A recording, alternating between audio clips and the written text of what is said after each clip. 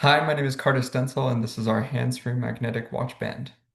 Our team set about to create a watch band that can be put on and taken off using only a single arm. There are many people out in the world who have limited dexterity in their other arm, or only have one arm to begin with, and they are unable to use the traditional watch band clasp because it requires a second arm to move around and position that. So to fix that, we developed a watch band that goes on through a single force input. We did that by developing a novel bistable mechanism with magnets. We attached each bistable mechanism to each side of the watch face and connected them to the band, which then can wrap around the wrist. We experimented with several different types of bands, whether that be ones of links joined by pins or through bands made of leather or rubber. The actuator works itself through two systems. The first being where its name comes from, the magnets. We have two magnets embedded in those cams, and they are magnetized about their diameter. What that means is as they rotate about each other, they have two stable positions in their rotation. The second system is the bar you see going between them. That was first created because it allows us to prevent the magnets from being pulled too far apart to become effective, but it also creates an additional stability as the bar pulls and relaxes during rotation. And that means when a single for input force is put down, the reaction forces on the corners of the cams will cause this actuator to leave its first stable position. And when it does, it will automatically want to rotate to the second stable position in its closed state, meaning it will wrap itself around the wrist with little input relatively. And that looks like this.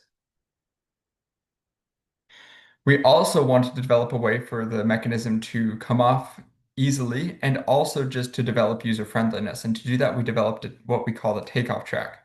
This is a series of hard stops embedded within the magnets that limit its path to one, limits its motion to one path. And that means when you rotate, it easily rotates into the open position. And that means the user could roll it off their wrist, like so, and then it easily resets with one arm. As a part of developing this mechanism, we did a lot of modeling. On the left, you can see some diagrams we used to develop torque models for each of these mechanisms. 0 degrees represents the mechanism when it's in its closed state around the wrist, and 90 degrees represents the mechanism when it is open, ready to be deployed. We took those torques and used that to create energy wells. If you think of a ball on a hill analogy, a ball wants to go towards the bottom of each of those hills. So when we add the hills of the magnets and the cams, we get the combined mechanisms energy well. And when we see those two low points, those are the stable positions. The black line is representing the hard stop as the mechanism will stop itself from rotating past 90 degrees.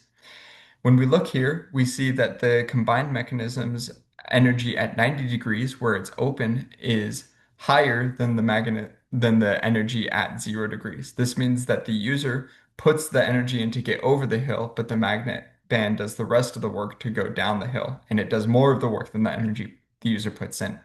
The shapes of these diagrams are correct, although the magnitudes of them are not scaled to any particular prototype. It's more for demonstration purposes of the mechanism itself. But we did also perform preliminary force testing on the full band itself to understand if it was realistic for a user to use, as well as through our own personal experience. And those results are on the poster presentation. Future work that we want to do would include improving the takeoff mechanism. Currently, although it is very possible for a user to take it off using their wrist by rolling it out, it would be nice if we could make something a little bit easier, a little bit more fluid for that. We also want to take those diagrams and that testing that we have and take it a step further by modeling each individual's torque test to validate those models and allow us to create not just the correct shapes, but correct magnitudes of energy wells. And this would just make manufacturing of future prototypes a little bit easier. Thank you.